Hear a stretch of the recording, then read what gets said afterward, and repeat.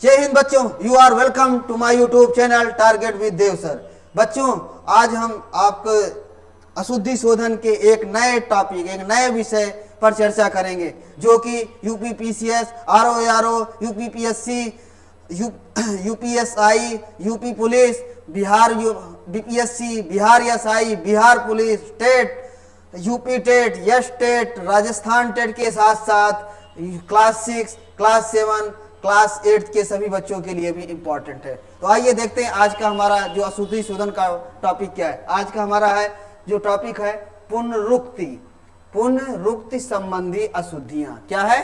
पुनरुक्ति संबंधी अशुद्धियां। पुनरुक्ति, पुनरुक्ति का संधि विच्छेद होता है पुनः धन उक्ति। इसका संधि पुनरुक्ति का संधि विच्छेद क्या होता है? पुनरुक्ति का संधि विच्छेद होता है पुनः धन उक्ति, पुनः धन उक्ति, जिसमें पुनः का अर्थ है फिर से। पुनः माने बार बार, पुनः का मतलब होता है बार बार, और उक्ति माने लिखना, अंकित करना। यानी किसी भी वाक्य में एक शब्द के बार बार उक्ति से जो अशुद्धियां बनती हैं, ऐसे शब्दों पर चर्चा करेंगे। ठीक है, तो आइए देखते हैं। आइए पहला हमारा एक जो है सेंटेंस है सामने, आपके सामने एक सेंटेंस है, दिल्ली में अनेक, दिल्ली में अनेक, दिल्ली में अनेक दर्शनीय स्थल देखने योग्य है। दर्शनीय, ये क्या है हमारा? दर्शनीय, और ये क्या है? देखने योग्य। दिल्ली में अनेक दर्शनीय स्थल देखने योग्य हैं। अब दर्शनीय का मतलब क्या होता है? दर्शनीय का मतलब ही होता है देखने योग्य। यानी इसकी उक्ति यहां पर 2 बार हो गई, इससे ये हमारा सेंटेंस, ये हमारा वाक्य क्या हो गया? अशुद्ध हो गया। ठीक है, तो दिल्ली में अनेक दर्शनीय स्थल देखने योग्य हैं। तो यहां पर दिल्ली में अनेक दर्शनीय स्थल वाला देखने योग्य जो शब्द है, जो वाक्य है, वो कैसा है? अशुद्ध है। क्यों हो गया? क्योंकि ये दर्शनीय है और यह क्या है? देखने योग्य है। दर्शनीय और देखने योग्य दोनों सेम अर्थ दे रहे हैं, इसीलिए यह अशुद्ध वाक्य हमारा हो गया। हमारा शुद्ध वाक्य क्या होगा? दिल्ली में अनेक दर्शनीय स्थल हैं। दिल्ली में अनेक दर्शनीय स्थल हैं। अब हमारा शुद्ध वाक्य क्या होगा? दिल्ली में अनेक दर्शनीय स्थल हैं। अब आ जाता है दूसरा वाक्य, कृपया मेरा आवेदन पत्र स्वीकार करने की कृपा करें। ये क्या है? कृपया, और ये क्या है? कृपा। अब आप देख रहे हैं ना, दोनों का मतलब क्या है? सेम है। यानी इनकी उक्ति 2 बार करने से यह हमारा वाक्य क्या हो गया? अशुद्ध हो गया। हमारा वाक्य क्या हो गया? अशुद्ध हो गया, इसलिए यह अशुद्ध वाक्य है। तो आप हमारा अगला जो शुद्ध वाक्य हो गया क्या होगा? कृपया मेरा आवेदन पत्र स्वीकार करें। शुद्ध वाक्य क्या होगा? कृपया मेरा आवेदन पत्र स्वीकार करें। कृपया मेरा आवेदन पत्र स्वीकार करें। अशुद्ध वाक्य। फिर दूसरा नेक्स्ट वाक्य हमारा क्या है? गत रविवार को कौन सा दिन था? गत रविवार को कौन सा दिन था? तो क्या इसमें आपको अशुद्धियां नहीं दिख रही है? ये रविवार क्या है? दिन है, और वही फिर दिन पूछ रहा है। तो आपको नहीं लग रहा है? गत रविवार को कौन सा दिन था? रविवार भी दिन ही है और दिन ही पूछ रहा है, इससे हमारा वाक्य क्या हो गया? अशुद्ध हो गया। सेंटेंस हमारा क्या हो गया? इनकरेक्ट हो गया।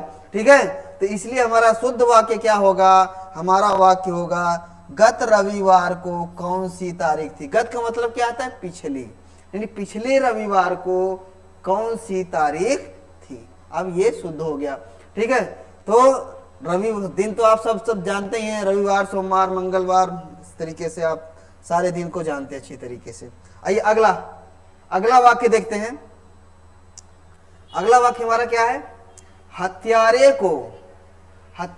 को मृत्युदंड की सजा हुई। हत्यारे को मृत्युदंड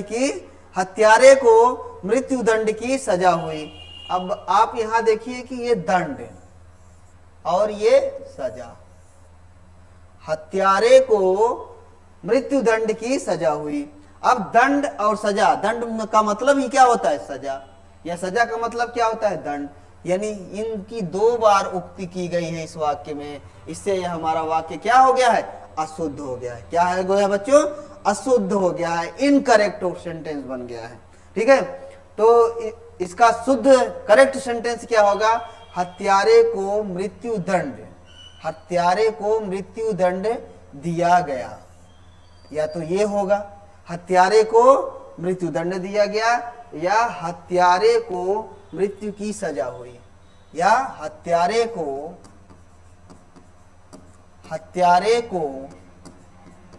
मृत्यु की सजा हुई, हत्यारे को मृत्यु की सजा हुई, हत्यारे को मृत्यु की सजा हुई, हत्यारे को मृत्यु की सजा हुई, हत्यारे को मृत्यु दंड दिया गया, या हत्यारे को मृत्यु की सजा हुई।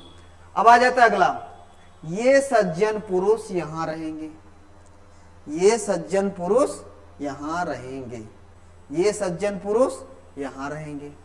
ठीक है, तो अब आप यहाँ पे ये जो सज्जन पुरुष है यहां रहेंगे, यहां जब सज्जन कहने से ही वो उसका पुरुष का अर्थ आ रहा है, इसलिए यहां दोबारा पुरुष कहने से यह क्या हो गया है, हमारा अशुद्ध वाक्य हो गया है। क्या हो गया है, अशुद्ध वाक्य बन गया बच्चे, अशुद्ध वाक्य बन गया है। इसलिए ये सज्जन पुरुष यहाँ रहेंगे, अशुद्ध वाक्य है, उस शुद्ध वाक्य होगा ये सज्जन यहाँ रहेंगे, ये पुरुष, ये सज्जन यहाँ रहेंगे, ये शुद्ध वाक्य बन गया। अब आ जाता है बच्चों अगला हमारा वाक्य है, मुझे उनसे खतरा है, सॉरी दूसरा वाक्य है, मुझे उनसे खतरे का डर है, मुझे उनसे खतरे का डर है। अब खतरा और डर, खतरा और डर क्या है, सेम है, खतरा और डर क्या है सेम है, तो क्या हो, मुझे उनसे खतरे का डर है। तो यहां पर बच्चों खतरा और डर सेम होने से यह वाक्य हमारा क्या है, अशुद्ध बन गया है। इसलिए हमारा शुद्ध वाक्य क्या होगा, उनसे खतरा है, मुझे उनसे खतरा है, या होगा मुझे उनसे डर है मुझे उनसे डर है। अगला अशुद्ध वाक्य, वे सब कालचक्र के पहिए के नीचे पिस गए, वे सब कालचक्र के पहिए के नीचे पिस गए, वे सब कालचक्र के पहिए के नीचे पिस गए। अब आप यहां देखिए कि कालचक्र, चक्र का मतलब ही क्या होता है, पहिया, चक्र का मतलब ही क्या है, पहिया, यानी चक्र की उक्ति या पहिए की उक्ति 2 बार होने से यह वाक्य हमारा क्या है, अशुद्ध वाक्य है। कैसा वाक्य है बच्चों, अशुद्ध वाक्य है। हमारा शुद्ध वाक्य क्या होगा, सब कालचक्र के नीचे पिस गए, सब कालचक्र के नीचे पिस गए, या वे सब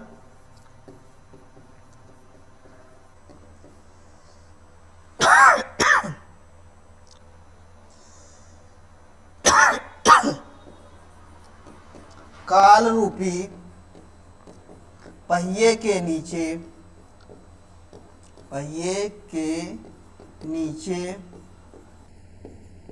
पिस गए।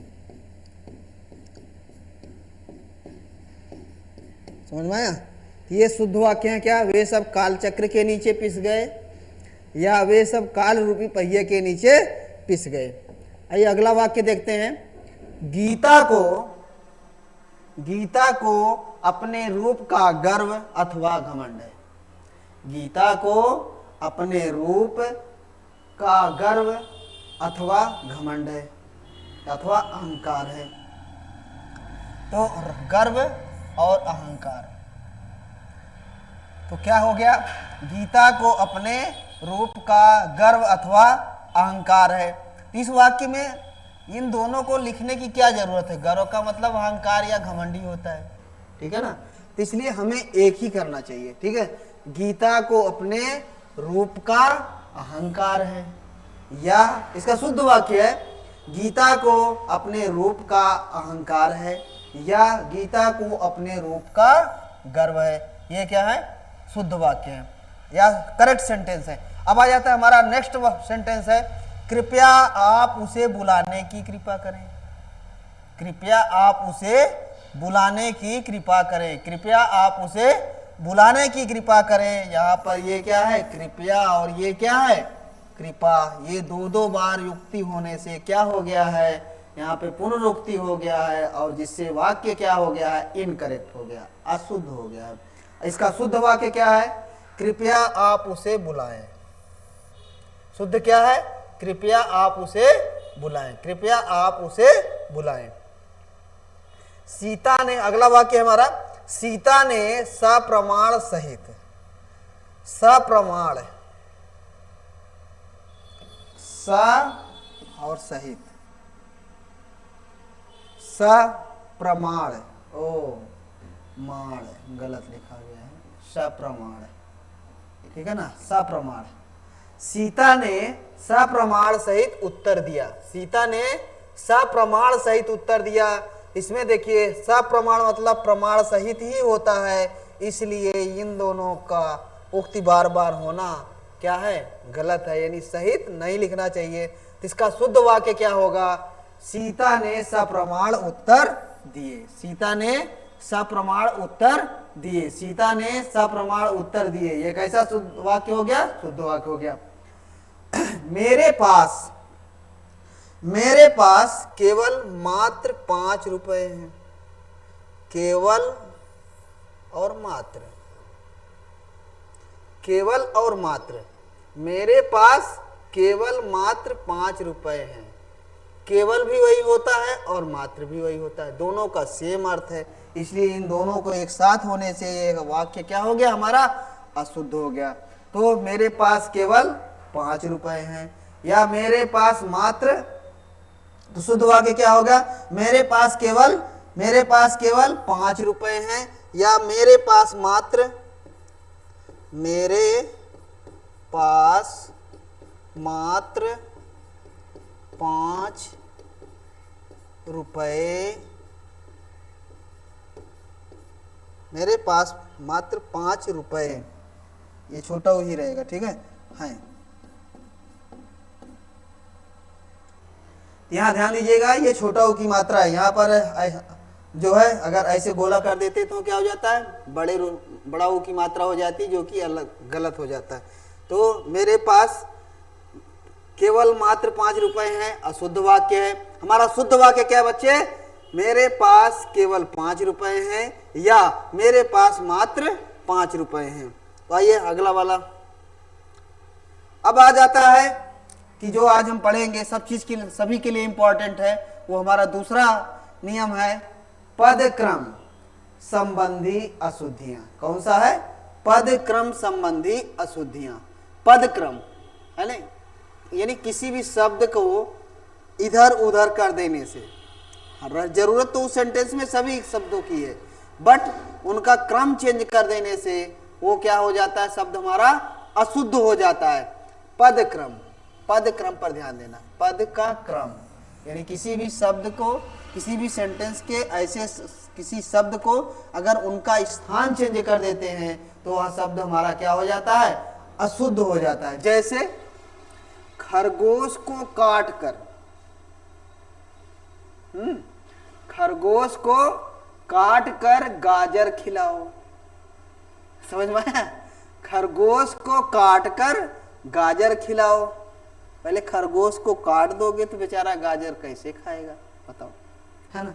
ये ऐसे ही सिंपल सा, यानी देखो यहाँ पर ये हमारा वाक्य क्या है, काट कर गाजर खिलाओ, बिल्कुल अशुद्ध है।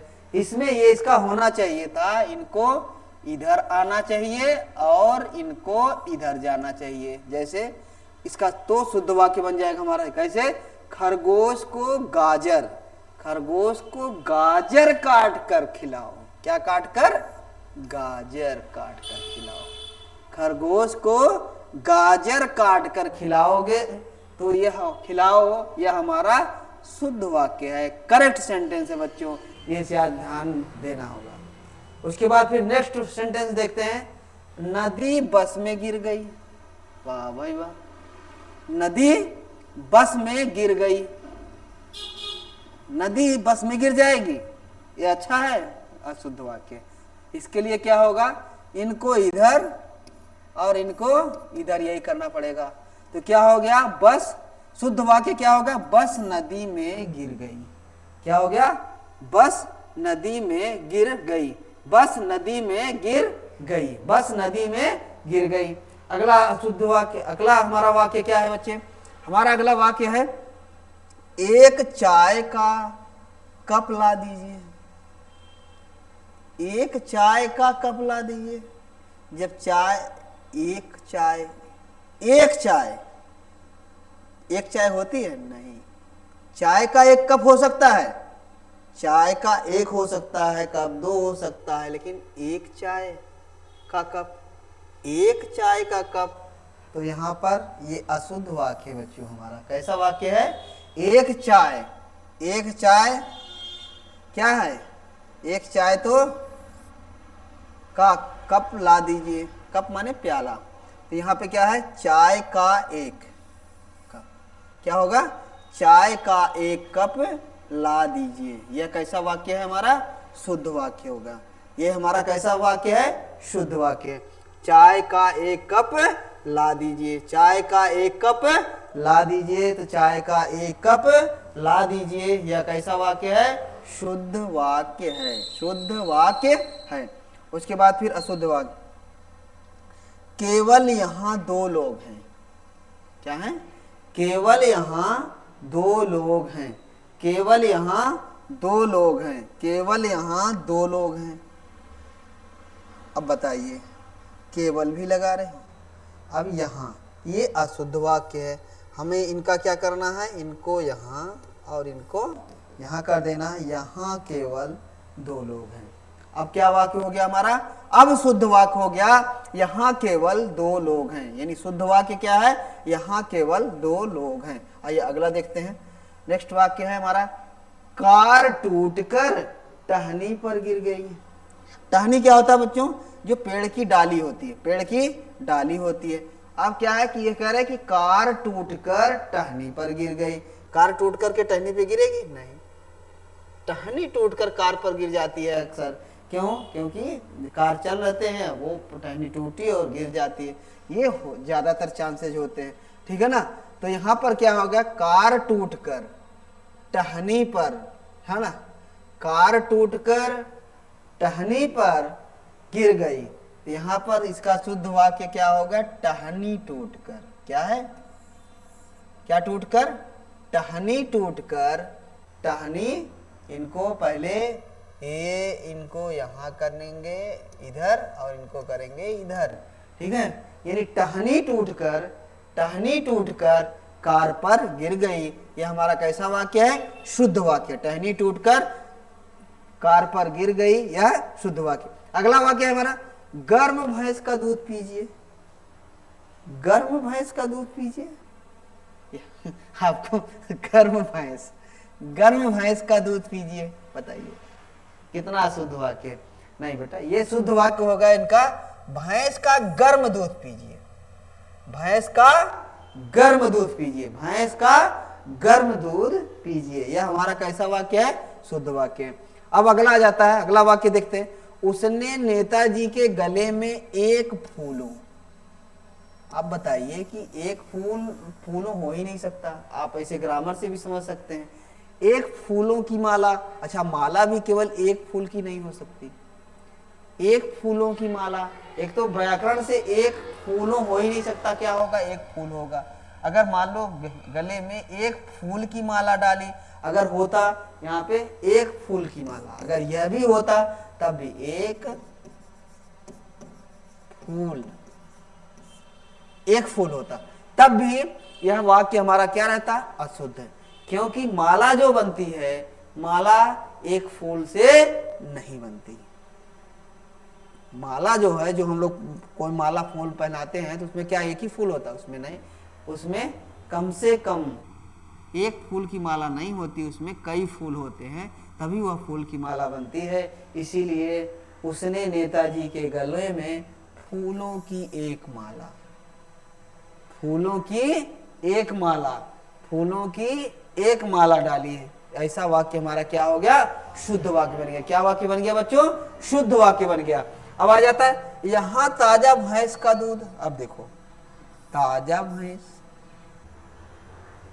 बताइए ताजा भैंस का दूध मिलता है, यहाँ ताजा भैंस का दूध मिलता है।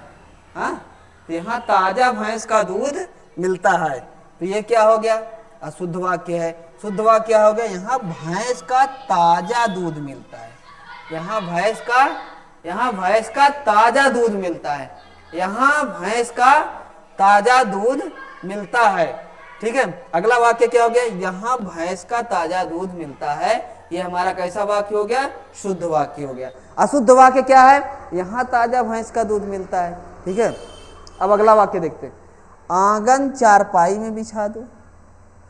आंगन चारपाई में बिछा दो, वाह भाई वाह। आंगन को चारपाई में कैसे बिछाओगे, जबकि चारपाई को आप आंगन में बिछा सकते हैं बच्चों, चारपाई को आंगन में बिछाते हैं, इसलिए आपका शुद्ध वाक्य क्या होगा, चारपाई आंगन में बिछा दो। चारपाई आंगन में बिछा दो, चारपाई आंगन में बिछा दो, आंगन में बिछा दो। अगला वाक्य है बच्चे, राम पक्का ईश्वर का भक्त है। राम पक्का ईश्वर का भक्त है। पक्का ईश्वर, कच्चा ईश्वर ऐसे भी होते हैं क्या, पक्का ईश्वर ऐसे कोई वर्ड नहीं होते। ठीक है ना, राम ईश्वर का पक्का भक्त है। पक्का भक्त हो सकता है, पक्का भक्त हो सकता है, लेकिन पक्का ईश्वर नहीं। ठीक है ना, तो राम ईश्वर का पक्का भक्त है, राम ईश्वर का पक्का भक्त है, राम ईश्वर का पक्का भक्त है। आइए देख, तो कैसा है, शुद्ध शब्द है, शुद्ध वाक्य है। ठीक है ना, करेक्ट सेंटेंस है। अगर आ जाता है बच्चे को काट कर, क्या है, बच्चे को काट कर सेब खिलाओ। वाह भाई वाह, बच्चे को जब काट दोगे तो बेचारा सेब खाएगा कैसे, ना, बच्चे को काट कर सेब खिलाओ। बताओ, पहले काटो फिर वो बेचारा कैसे खाएगा, उसे काट ही दोगे तो। बच्चे को काट कर सेब खिलाओ, गलत हो गया, सेब काट कर। क्या है बच्चों, इसका शुद्ध वाक्य होगा सेब काट कर बच्चे को खिलाओ। सेब काट कर, बच्चे को काट कर नहीं, सेब काट कर बच्चों को खिलाओ, बच्चे को खिलाओ। तो बच्चों आज के लेक्चर में बस इतना है। इधर आप लोग नए YouTube पर हमारे चैनल पर नए आए हो तो आप लोग इसे हमारे चैनल को सब्सक्राइब कर लीजिए। ठीक है, ताकि हम इसी तरीके की वीडियो आपको बार बार पहुंचती रही आपके पास और आप देखते रहें। तो चलते हैं नेक्स्ट लेक्चर तक के लिए। आप सभी लोगों को एक बार फिर से धन्यवाद।